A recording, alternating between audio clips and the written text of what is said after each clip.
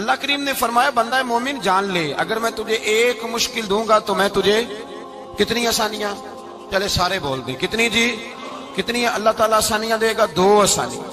ہم لوگ اچھا جب ہمارا ذہن بن جاتا ہے نا کمزوری کا، ہمارا جب مزاج بن جاتا ہے مایوسی کا، پھر معاملہ ذرا ہمارے لیے گمبھیر ہو جاتا ہے۔ اگر ہم یہ ذہن بنائے نا کہ مشکل میرے اللہ کی طرف سے آئی ہے تو وہ مجھے آسانی بھی ضرور عطا کرے گا، تو پھر اللہ ضرور ہی آسانیاں عطا فرماتا ہے۔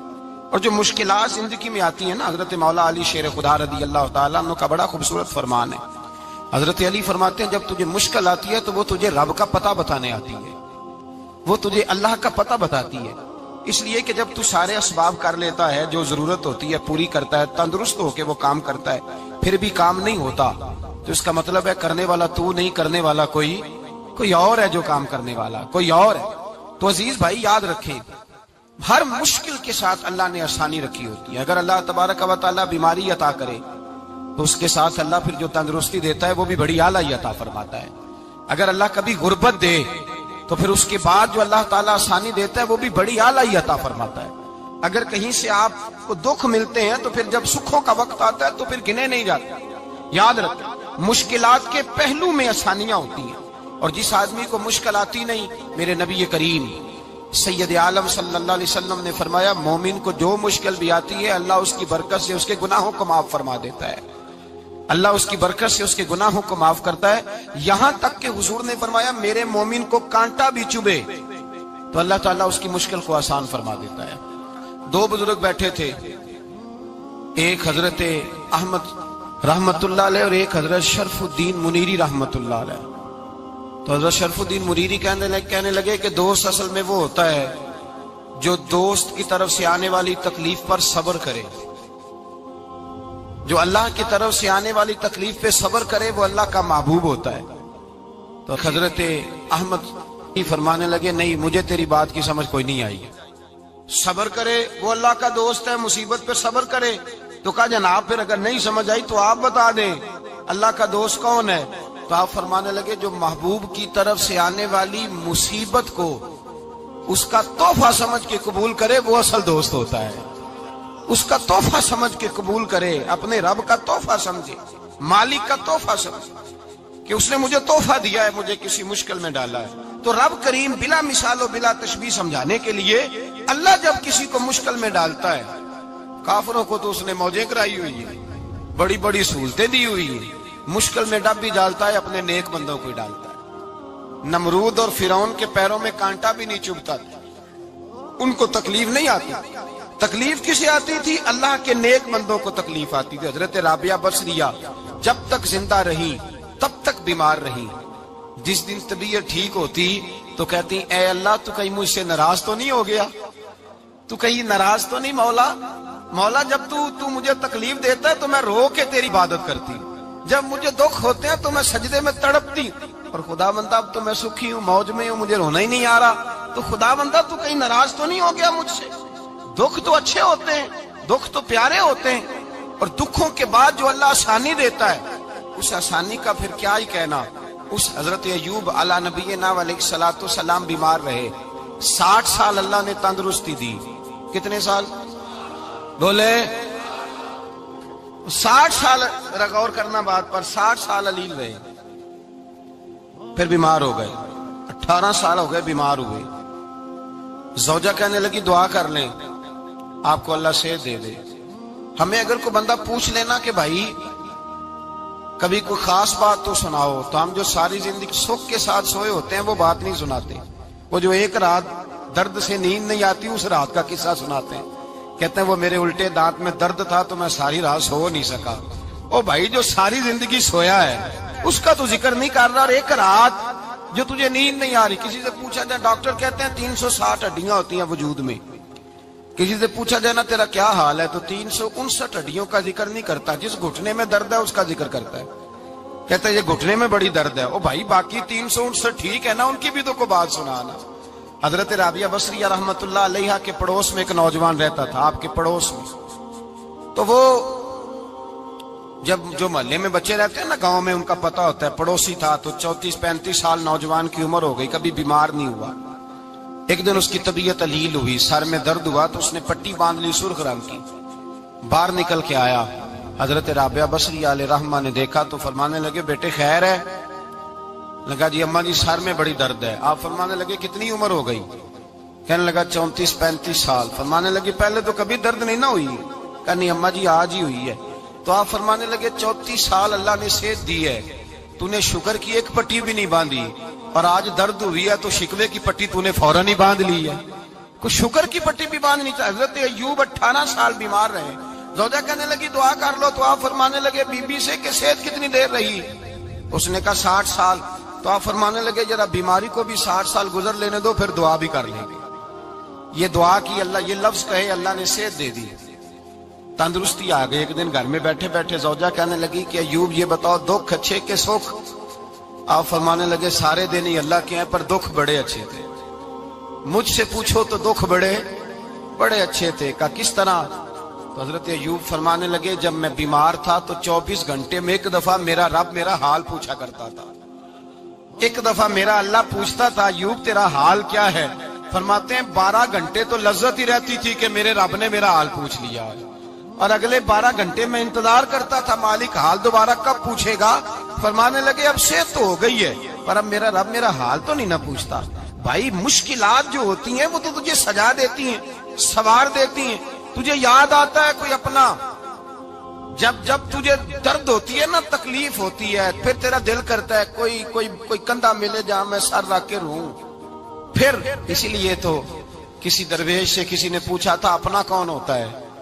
تو کہا جو تجھے دکھ کے وقت یاد آئے وہ تیرا اپنا ہے، جو تجھے عین آزمائش کے وقت یاد آئے اور تجھے اس کا نمبر فوراً تیرے موبائل پہ چلنے لگے وہ تیرا اپنا سجن ہے، جس کو تو دکھ کے وقت یاد کرے۔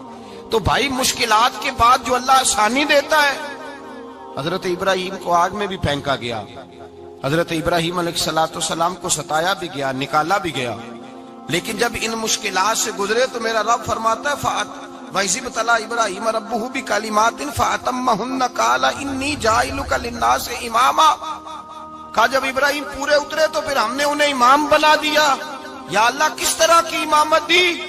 فرمایا میں نے اتنی اعلیٰ شان عطا کی ہے کہ اپنے لاڈلے رسول کو جناب ابراہیم کی نسل میں پیدا فرما دیا ہے، میں نے مصطفیٰ کو ان کی نسل میں پیدا کر دیا، قیامت تک کے لیے ان کا وقار بڑھا دیا۔ اللہم صلی علی محمد وعلی آل محمد کما صلیت علی ابراہیم وعلی آل ابراہیم، ان کی عظمت بڑھا دی، اس لیے کہ جب وہ آزمائش سے گزر کر کے آئے پھر جو آسانی دی۔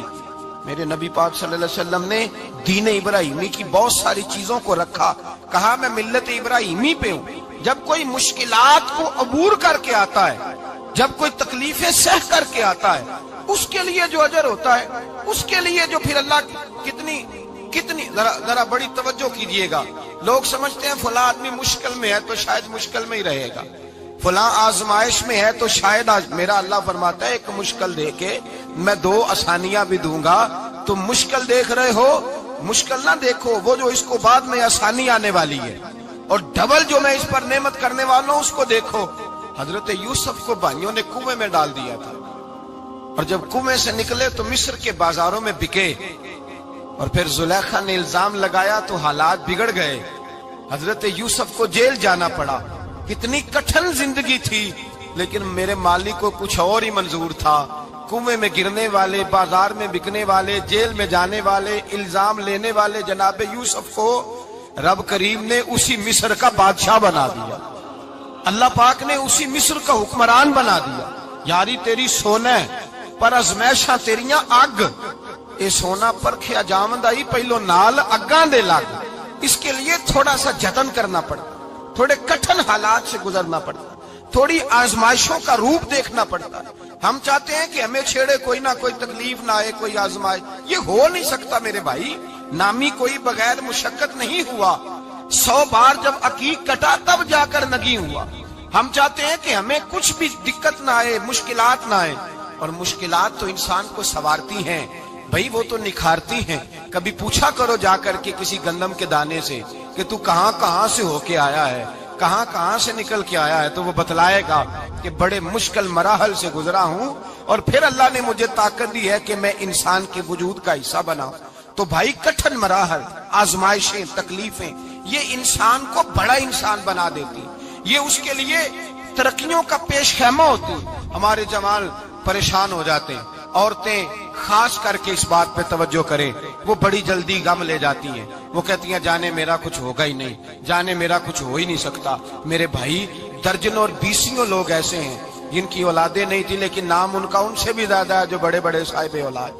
حضرت عبداللہ مزنی حضور کے غلام تھے، قبیلہ مزن کے رہنے والے، والد فوت ہو گئے، چچا نے پالا تھا، اسلام قبول کر لیا۔ چچا اسلام کا بڑا دشمن ہے، حضور کا نام آئے تو جلال کرتا، حسد اور بغض میں جل جاتا، بڑی اسلام کے ساتھ دشمنی اور عناد رکھتا ہے۔ حضرت عبداللہ کہتے ہیں پہلے تو میں عشق رسالت کو دباتا رہا، پھر یہ چنگاری شعلہ بن گئی، پھر کہ یہ ہلکا سا جذبہ سمندر اور صحرا کا روپ دھار گیا۔ فرماتے ہیں ماں تھی اور میں تھا، میں گیا جا کے چچا سے کہا میں نہیں رہ سکتا۔ کہاں جائے گا؟